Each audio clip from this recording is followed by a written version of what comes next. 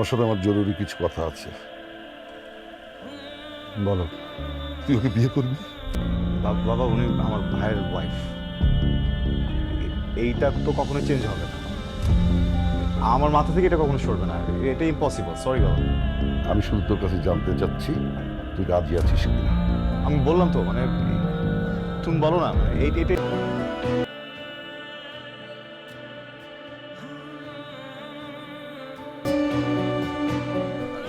আমি জানি আপনি আমাকে কোনোদিন ক্ষমা করতে পারবেন না। আমার কারণে আপনাকে এরকম একটা সিচুয়েশন ফেস করতে হচ্ছে। আমি এটাও জানি যে আপনি কোনোদিন আমাকে ওয়াইফ হিসেবে মেনে নিতে পারবেন না। না পারাটাই তো স্বাভাবিক। আপনার জায়গায় অন্য কেউ হলে হয়তো একই জিনিস হতো। আমি আপনার কাছে কখনো ওয়াইফের মতো আবদার করব না। আপনি আপনার লাইফ যেভাবে ইচ্ছে সেভাবে সাজাতে পারেন। আপনার যা ইচ্ছা আপনি তাই করতে পারেন। আমার প্রতি আপনার কোনো দায়বদ্ধতা নেই। আমিও সরি। আমি একটা মেয়েকে অনেক ভালোবাসি, রমি। রমি আমাকে অনেক ভালোবাসে। আমার জীবনে একটা মানুষ থাকার পরেও আমি অন্য আরেকটা মানুষকে বিয়ে করেছি। আমার যে এখন কি করা উচিত এটাই বুঝতে পারছি না। সিরিয়াসলি বিয়ে করছো তুমি? আমার এখন কি হবে? আমি পাশে কি বলবো? বিয়ে কেন করছো?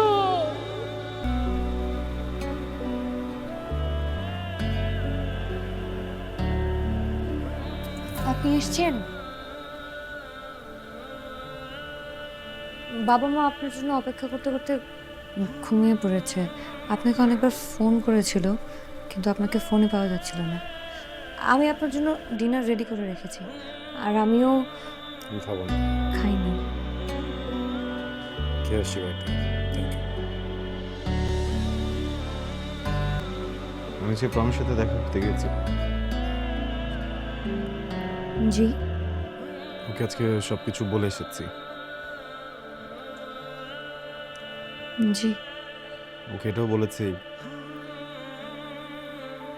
এদিকে সবকিছু সর্ট আউট করার পরে আমি এই সম্পর্কটা শেষ করে ওকে বিয়ে করব। জি। ভাইয়ের কাছে শুনেছি আপনি জব করতে চাইতেন। জি। শুরু করছেন না কেন? শুরু করে দেন। মিউচুয়ালি ডিভোর্সটাও কমপ্লিট করলাম। জি, আমিও ভাবছিলাম আমার কিছু একটা করা উচিত। ঠিক আছে, আমি করব।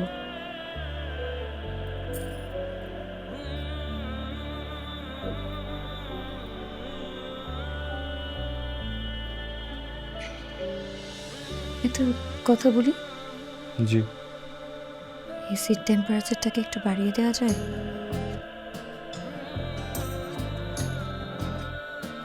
আপনাকে একটা কথা বলবো? জি। আমার মনে হয় আপনি আজকে উপরে ঘুমান। না না, কোনো সমস্যা নেই, আমি এখানে ঘুমাবো। সমস্যা নেই, আপনি এখানে ঘুমান, আমি বাইরে ম্যানেজ করে নিচ্ছি।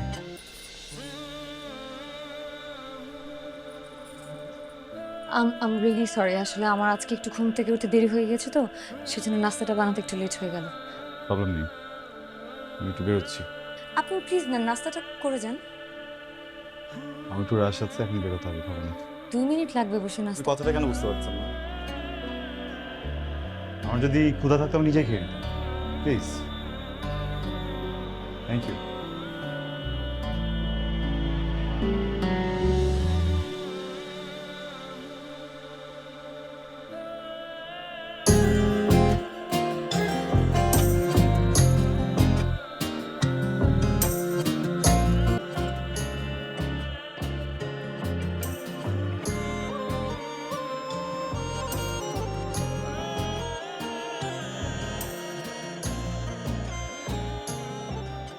আমি একটা বলো, যেই খাবারটা খাবো এটার জন্য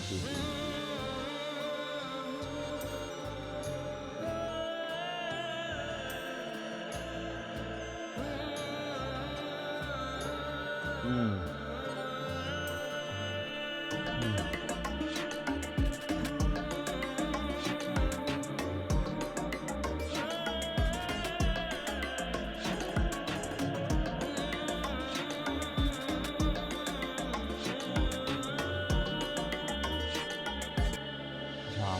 বুঝতে পারছি দেরি হয়ে গেছে। Thank you.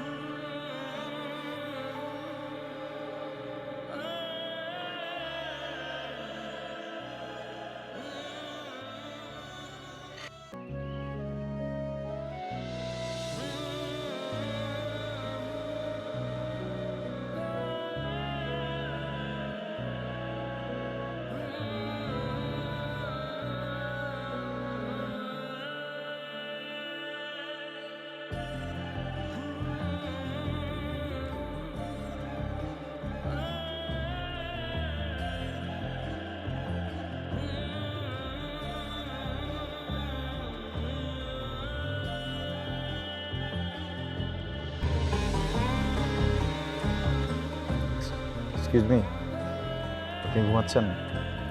জি জি শুনুন, আপনি কি ঘুমাচ্ছেন? না, বলুন। আপনার সাথে একটু কথা বলা যাবে? জি। আচ্ছা, আমি তো অনেক লেট করে আসছি। আপনি তো আমাকে খাবারের কথা জিজ্ঞেস করলেন না, আমি খাবো কি না, খেতেও বললেন না। আপনি লেট করে এসেছেন তো, আমি ভাবলাম আপনি খেয়ে আসছেন, সেজন্যই তো জিজ্ঞেস করিনি। মানেই হয় না, ফাইন কোনো বন্ডিং নাই নাই, লিগালি ওয়াইফ তো আমার। তো খাবার রাখলে কি হইতো? গড নোজ আমার ভাই আদৌ খেয়ে থাকতো না কি করতো।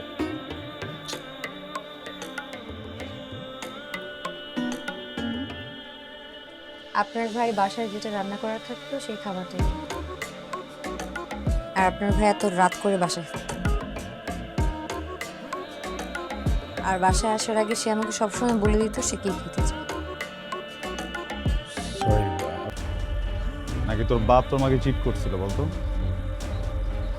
আয়ান, তুমি এখানে? আমি এইখানে এটা পরে বলতেছি, যেটা জিজ্ঞেস করছি এটার উত্তর দে। এই কেউ তুই এভাবে কথা বলতেছিস কেন? একটা মেয়ের সাথে কিভাবে কথা বলে জানোস না? বের হ এখান থেকে। আয়ান, আমি তোর প্রিভিয়াস ভার্সন।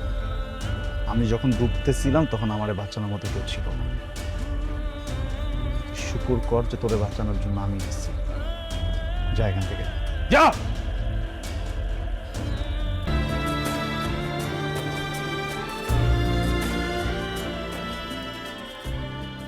আপনি যদি কিছু মনে না করেন একটা কথা বলবো। আপনাকে দেখে মনে হচ্ছে আপনি ড্রিঙ্কস করে এসেছেন।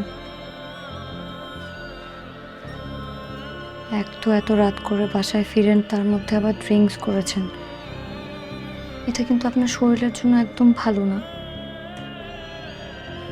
ঠিক আছে, আপনি প্রমির সাথে দেখা করতে প্রমির নাম মুখে নেবেন না। আপনার কোনো রাইটই নেই প্রমির নাম মুখে নেয়। আপনার মতো একটা মানুষের লাইফ ঠিক করতে যে আমার বাপ আমারে ফাঁসাইছে, আমি এই জন্য আপনারে বিয়ে করছি। প্রমি সব কিছুতে পাজল আরেকটা জায়গায় চলে গেছে। পুরো ফাকড আপ লাইফ আমার, জাস্ট বিকজ অফ ইউ। তারপরেও আমার দোষ, সবকিছুই আমার দোষ। আপনার ভাইয়ের সাথে আমি ঠিক মতো সংসার করতে পারলাম না, আর এখন যখন আমি একটু সংসার করতে যাচ্ছি সেখানেও সমস্যা। সবকিছুই আমার দোষ। ঠিক আছে, আমার সাথে তা থাকা লাগবে না। আমি আমার মার বাড়িতে চলে যাচ্ছি, আমি কি আপনাকে ডিভোর্স লেটার পাঠিয়ে দিব।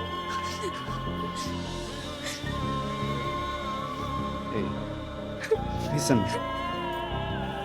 আমি সরি, আমি এভাবে রিয়েক্ট করতে চাইনি। সরি, আসলে আমি নিজে একটু জানতো, আর আজকে আমি একটু আপসেট। খুবই সরি, আর কখনো হবে না।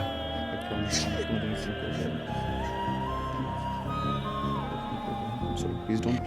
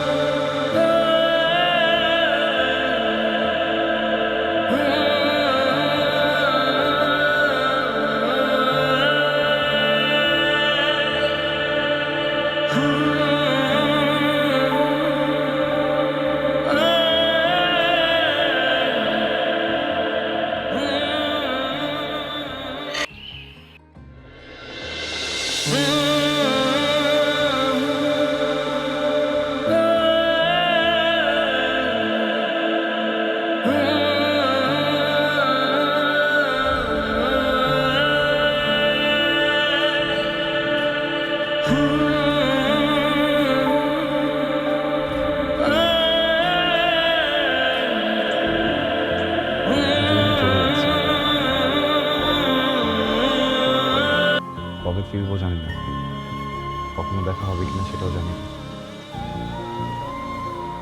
যদি কিছু বলার থাকে বলে দিতে পারি। সরি। কিছু আমার জন্য আপনি আপনার প্রিয় মানুষটাকে সারা জীবনের জন্য হারিয়ে ফেললেন।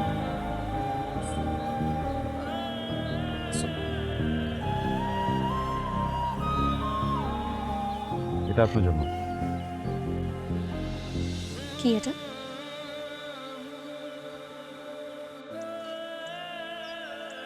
Divorce letter. আমি তো থাকবো না, তাই সাইন করে রেখে গেলাম। কোনো তাড়া নেই, যখন আপনার কমফোর্টেবল ফিল হবে। আব্বা, তোর কিন্তু একটা বড় অভ্যাস আছে। তুই বিদেশে যাওয়ার পরে একবারে যোগাযোগ বন্ধ করে দিস। এবার যেন এরকম করিস না। যত্ন নিজের। তুই নিজের খেয়াল রাখিস, ঠিক মতো খাওয়া দাওয়া করিস।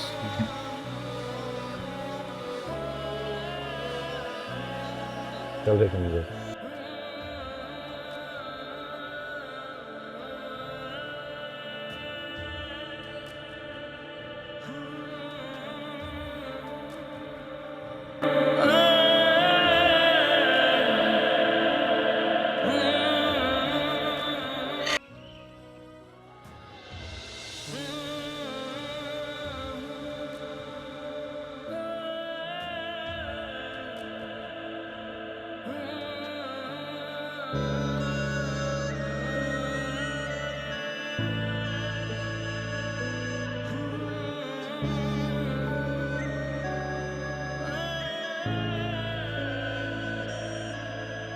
প্রিয় বউ, আমি আসলে খুব সরি। এই পুরোটা সময় হাজবেন্ড হিসেবে যেভাবে থাকা উচিত ছিল সেইভাবে থাকতে পারিনি। আসলে এত অল্প সময় ব্যাপারটা মেনে নেওয়া আমার জন্য খুব কঠিন ছিল। দেশে আসতে না আসতেই বিয়ে, তারপর প্রমের বিষয়টা, সব কিছু মিলিয়ে আমি একটু পেঁচিয়ে ফেলেছিলাম। হয়তোবা প্রমের সাথে বিচ্ছেদের দিন আমি একটু খারাপ ফিল করছিলাম, কারণ এই সম্পর্কটা আমার আর আপনারই ছিল। ওই দিন রাতে যা কিছু হয়েছিল এই পুরোটা এই জন্য হয়নি যে আমি ড্রাঙ্ক ছিলাম।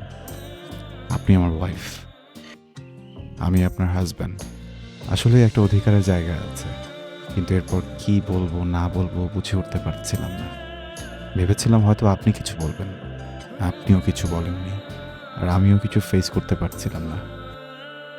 কিন্তু এখন বলতে চাই, আমি আপনাকে ভয়ঙ্করভাবে ভালোবাসতে চাই, একটা সুন্দর সংসার সাজাতে চাই। আমরা কি আমাদের অতীতটা ভুলে প্লিজ নতুন করে স্টার্ট করতে পারি?